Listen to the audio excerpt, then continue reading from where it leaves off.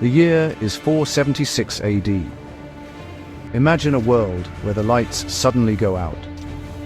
For centuries, Rome was the world. Its legions marched across continents, its aqueducts carried life-giving water to sprawling cities, and its laws provided a sense of order. People from Britain to Syria considered themselves Roman. They believed the empire was eternal, a monument to civilization that would stand forever against the darkness. But empires, like men, can die. Barbarian armies, once held at bay, now swarmed across the borders. The final Western Roman emperor, a young boy ironically named Romulus Augustulus, was cast aside. The eagle standards fell, and with them, an entire way of life crumbled into dust and memory. What followed was not a slow decline, but a catastrophic collapse. The intricate network of roads that had bound the empire together fell into disrepair, becoming dangerous tracks for bandits and warlords. Trade, the lifeblood of the Roman economy, withered away. Grand cities like Rome itself, once home to over 1 million people, saw their populations shrink dramatically as citizens fled the insecurity and starvation. The great stone amphitheaters, where crowds had roared for gladiators, now stood silent and empty, their stones often looted to build crude fortifications. The sophisticated systems of governance, sanitation and learning that had defined the Roman world simply vanished, leaving a power vacuum that chaos was all too eager to fill. Europe plunged into a period of profound uncertainty, a time we now call the Dark Ages. It was an age of fear. The world shrank for the average person, their horizons limited to their small village and the surrounding woods. News traveled slowly, carried by the few brave merchants or wandering monks, and was often twisted into rumor and legend. People looked to the heavens for signs and omens, seeing divine anger in every failed harvest, every outbreak of plague, every new wave of invaders crashing upon their shores. The past was a half-remembered dream of giants and greatness, while the future was a terrifying unknown, a long, dark night with no promise of a dawn. The very concept of a unified society was shattered. In place of a single powerful empire, Europe broke apart into 1,000 warring pieces. Local strongmen, chieftains, and kings carved out their own petty kingdoms from the carcass of Rome. They ruled not by law, but by the sword, their authority extending only as far as their warriors could enforce it. Loyalty was a fleeting commodity, bought with treasure and land. For the common person, life became a desperate struggle for survival, caught between the whims of brutal lords and the constant threat of violence from outsiders. The grand narrative of Rome was over. Now only small, brutal stories remained.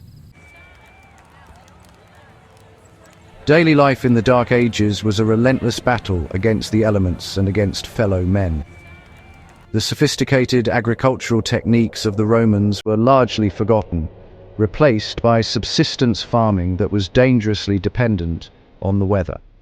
A single season of drought or a week of unseasonable floods could spell disaster, leading to widespread famine that stalked the land like a hungry wolf. People lived in small, smoky huts made of wattle and daub, clustered together in villages for mutual protection. The forest, once a managed resource under the Romans, became a place of both opportunity and peril, offering firewood and game, but also hiding wolves, bears, and raiding parties. The greatest and most immediate danger, however, came from other people. This was the age of the raider. From the north, Viking longships sliced through the coastal waters and up the rivers, their dragon prows striking terror into the hearts of monks and villagers alike. They came for silver, for slaves, for anything they could carry, leaving a trail of fire and death in their wake. From the south and east, Magyar horsemen from the steppes and Saracen pirates from the Mediterranean launched their own devastating attacks. To be a farmer living near a coast or a river was to live in a state of constant anxiety, always listening for the warning bell that signaled an imminent attack. In this fractured and violent landscape, survival depended on strength and alliances. Local lords built wooden forts on hills, known as motte and bailey castles, which served as the primitive centers of power and the last resort for refuge. Peasants worked the lord's land in exchange for his protection, a system that would eventually evolve into feudalism. They were tied to the soil, their lives dictated by the seasons of planting and harvesting and by the Lord's call to arms. Justice was rough and personal, often decided by trial by ordeal, a test by fire or water, where God was expected to reveal the innocent. It was a world governed not by abstract principles, but by raw, immediate power. Disease was another silent and ever-present enemy, an invisible invader that could wipe out a community more completely than any Viking raid. With the collapse of Roman sanitation, filth accumulated in villages, and wells were often contaminated. The plague, known as the Black Death in a later age, made its grim appearance multiple times, sweeping across the continent with terrifying speed. Without any understanding of germs, people attributed these pestilences to poisoned air, the wrath of God, or the malevolence of unseen spirits. Life was short and brutal. A simple infection from a cut could be a death sentence, and a third of all children did not survive to see their 5th birthday. Out of the chaos, new leaders emerged, figures of immense ambition and will who sought to impose order on a broken world. One of the most powerful was Charlemagne, King of the Franks. A towering figure, both literally and historically, he was a brilliant military strategist and a devout Christian who dreamed of resurrecting the Western Roman Empire. Through decades of relentless campaigning, he forged a vast kingdom that stretched across modern-day France, Germany, and Italy. On Christmas Day, in the year 800, he was crowned emperor by the Pope in Rome, a symbolic act that sought to link his new order with the glory of the Ancient One. Though his empire would not long outlast him, he lit a beacon of unity in a splintered age. While kings battled for control of the land, another power was quietly growing: the Church. In a world of violence and uncertainty, monasteries became vital sanctuaries of peace, learning, and faith. Isolated communities of monks, following the strict rules of figures like Saint Benedict, dedicated their lives to prayer and work. It was within these stone walls that the flame of knowledge was kept alive. Monks painstakingly copied ancient texts, the Bible, works of Roman poets and Greek philosophy, by hand onto parchment. These scriptoriums were the libraries and universities of their day, preserving the intellectual heritage of the classical world from being lost forever, one letter at a time. These two forces, the crown and the cross, often worked together to shape the future of Europe. Kings like Alfred the Great in England understood that military victory was not enough.